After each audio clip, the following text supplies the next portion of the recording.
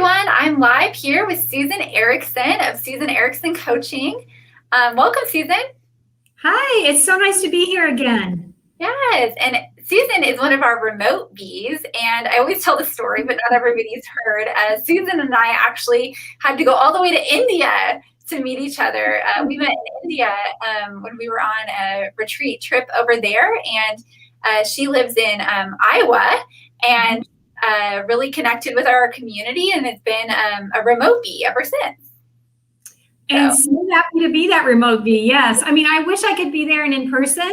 I love some of the, especially now that everything's opening up, some of the things that are happening there, but I just love the community and being part of that. And I guess COVID in that way worked in my favor, and that things had to Everyone was remote. You weren't alone. Yeah, so I wasn't the only one, but yeah. That is kind of strange to think about. It was January of last year that we met, and that was the last trip I went on. Was it the last one you went on for a while? No, I actually was in Maui in okay. March, and I was actually there when everything started closing down. Oh my gosh, you barely got home. Yeah, exactly. And it was funny, we were in line at the airport with some people right behind us that were from Canada, and they had just arrived. Oh. And they're like, oh, we got to get back home because we're afraid we're not going to. No, they couldn't even enjoy their trip. At least you were at the end of your trip. Yes, we were on the last day. We were very blessed, very lucky. Everything there was still open until then. So yeah, it was all good. And lots of things changed after that. Yeah. Well, the first question I always ask Susan during these interviews is to tell us what you do and how you help people. Well, I'm a certified life coach. And so I have a lot of background also in leadership positions. And so I coach mainly women to live their most abundant lives. I'm a mindset abundance coach. So I help women and a few brave men to live authentically, aligned with their purpose, to acknowledge and stand in their power, because I believe that's how we get to our most abundant lives. Mm-hmm. And when we're living abundantly, we can't help but raise the vibration and the abundance of all those around us, whether that's our family, our friends, our community. And so that just helps all of us to be the best that we can be. I love it. I've been loving your focus on abundance. I think it's so in alignment with you and what I know about you. So can you give us a little bit of background into how you really got your entrepreneurial spirit, or how you got started? Yeah, well, as I mentioned, I've had a whole 30 plus years in leadership positions, mainly in healthcare. And I think as a leader, a lot of what you do is coaching, right? You coach and mentor the people that you support. And and I always believe that what I have done previously in my life has always led to the next step. Mm-hmm. And I tried to talk people into my life into becoming a life coach once I learned about this thing. And I was like, they just kept saying, you need to do this, you need to do this. So I finally did it. And then just took the leap about 3 years ago to step out full time into life coaching. And then that's how it kind of developed. And then of course the pandemic came, and that's how I became much more virtual rather than in person. So I host in-person events, I host virtual events, and I do coaching both in person and virtual all across the U.S. and actually all across the world now, which has been a great thing to have happen out of that, because I love having the different cultural backgrounds, different perspectives on things, and just, again, helping people to live their best lives, do the best of what they can do. I also have a boutique finance where I help women to create generational wealth, because I think that generational wealth is one of the things that as women and also minorities have been left out of that along the way. It's been in my lifetime that a woman could sign a contract to own her own home. That's wild. I know, right? Is that crazy? To have a credit card in their name. So there's been just some of those opportunities. And so we have some catching up to do there, especially if you're a single person or a family that hasn't had that. Or again, there's some cultural diversity in that as well. So just helping people get caught up with that. I think that's another way that we live our most abundant lives. I believe abundance isn't just about finances, although that's a piece of it.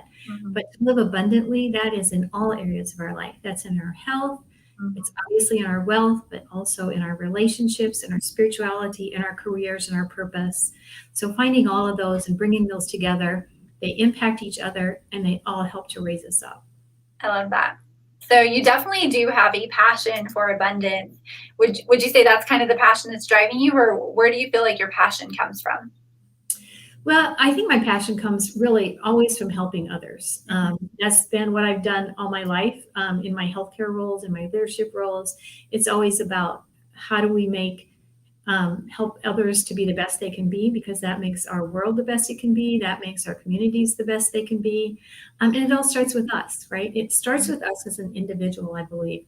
We can't control the actions of others. We can control how we react to that, or what we do, or how we're going to progress in that. And so helping people to understand that and to move forward with that, and then to achieve those goals that they want for themselves, is really what drives me, and helping people to overcome their limiting beliefs so that they can achieve those where they want to be in life. And we all want to be someplace a little bit different. And that's what makes us all unique and great. That's what makes the world great. Yes, absolutely. Well, what have been some of the struggles along the way for you, or challenges that you faced on the journey? Oh, well, COVID, that was a big one for me, because I did, when I started coaching, really was organic, because it was, I'd been in the community a long time. I knew a lot of people just because it's a community of about 90,000. It wasn't that big. And so it happened organically. Well, then COVID happened. And when I got back from Maui, my next 5 events shut down because there was no place to have them, right? So I was like, okay, now what do I do? And so shifting and looking at that differently. And so again, it's part of coaching, right? It's part of our mindset. How is that an opportunity for me? So that was an opportunity for me, because then I really was kind of forced to do what I always said I wanted to do. I always said I wanted to do more virtual. Yes. You've really been getting into, now I've blanked on what the app's called, the new spoken app. Help me out. Clubhouse. Really getting into Clubhouse, which I'm sure has kind of stretched you a little bit. Yeah, I actually really like Clubhouse. I host 2 rooms on there every week. One on Monday at 9:05 Central Standard Time, which is Mindset Monday.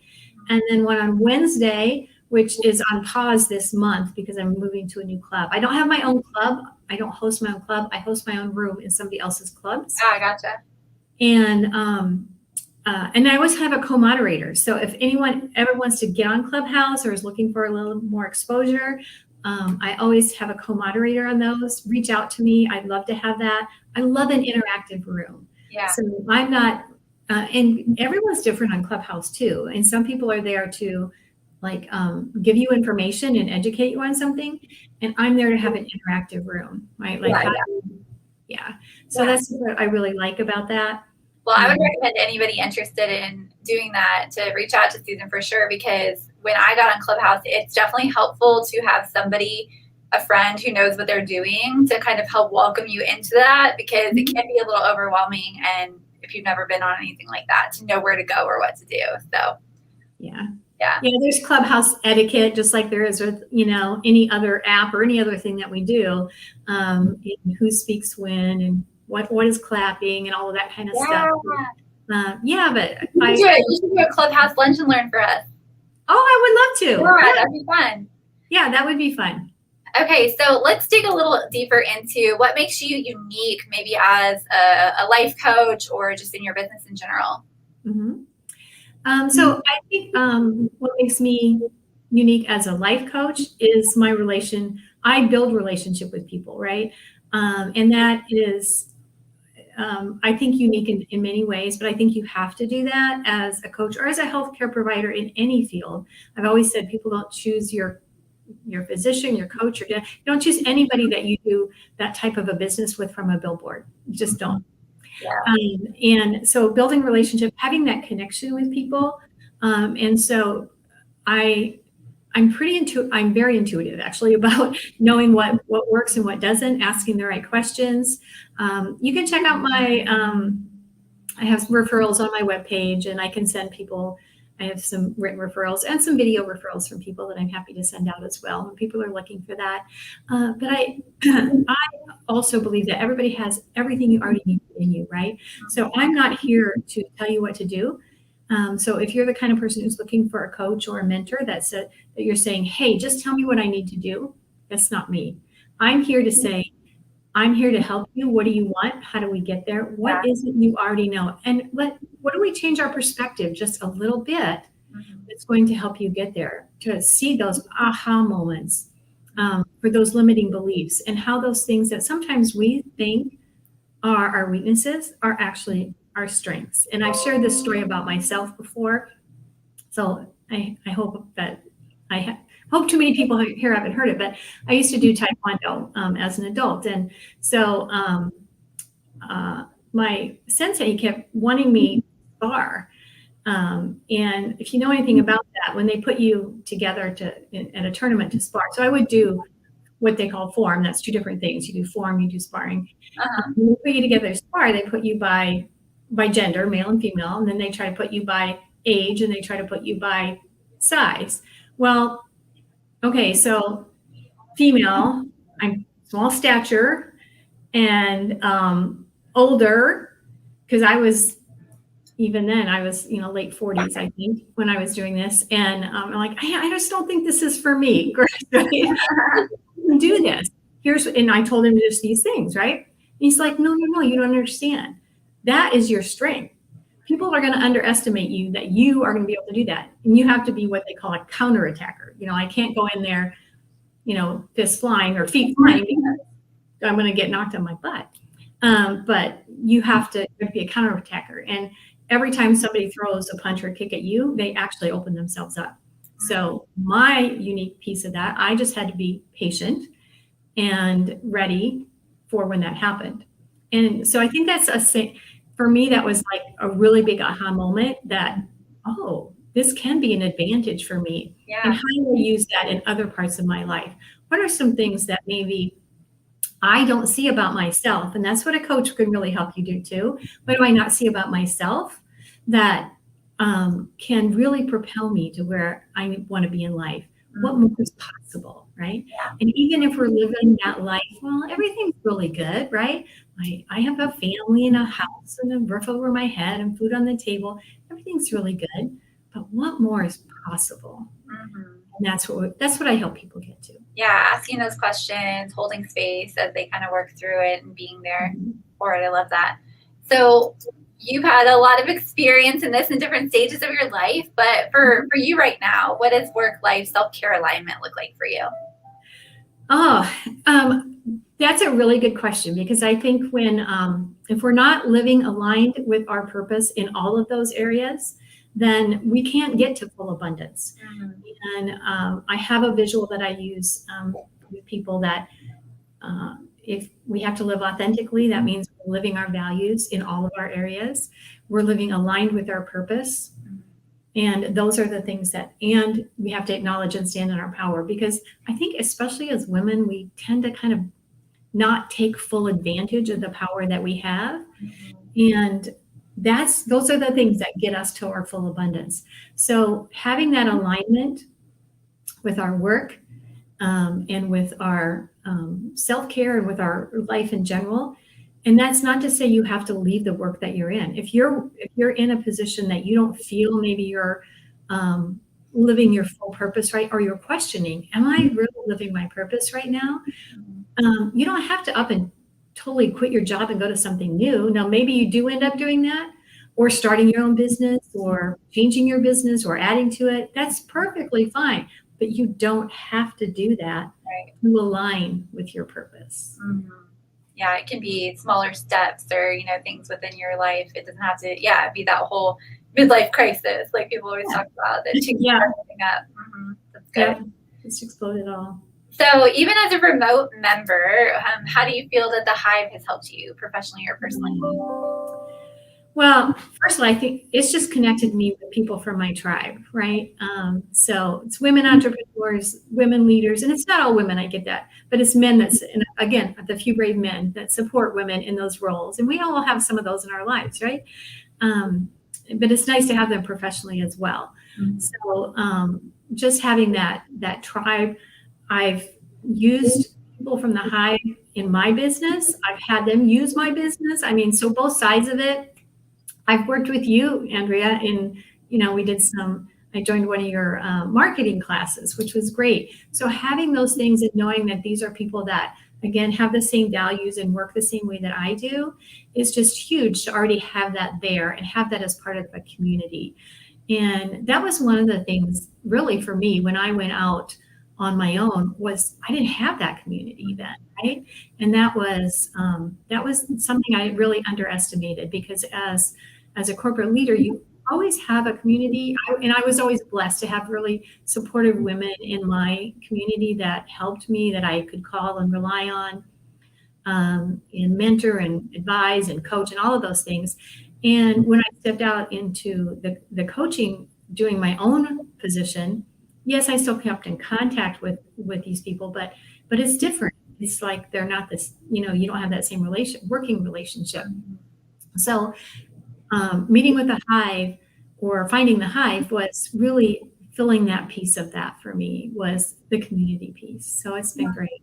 Yeah. Yeah. Well, I love having you a part of it. And yeah, you're absolutely right. Like when you're an entrepreneur, everybody else in your life that you've connected with in the past on other things, they don't understand that part of your journey in the same way that other women in business or in entrepreneurship do. So I would echo that as well. So what insight would you give to someone who is at the beginning of their entrepreneurial journey? Just do it. Take the lead. And you're going to be scared. If you're not scared, it's probably, like they say, it's probably not big enough. So now you still need to do due diligence, right? You still need to do your due diligence. You need to do your financials. You need to do some market research. You need to collaborate with others. Maybe you need to do all those things. I'm not saying just blindly jump into something, but don't let fear be what keeps you from taking the step to do what you've always knew you wanted to do, or to even try it. And don't be afraid to pivot and change a bit once you're in it, right? So if you have a goal of having your own business and you think it's going to look exactly like this, maybe it won't. It might change a little bit along the way, and just be open to that. Be open to whatever the universe brings you, and to making those changes and to going with it, but to always believing in yourself, always believing that you can get there, and having your support team in place.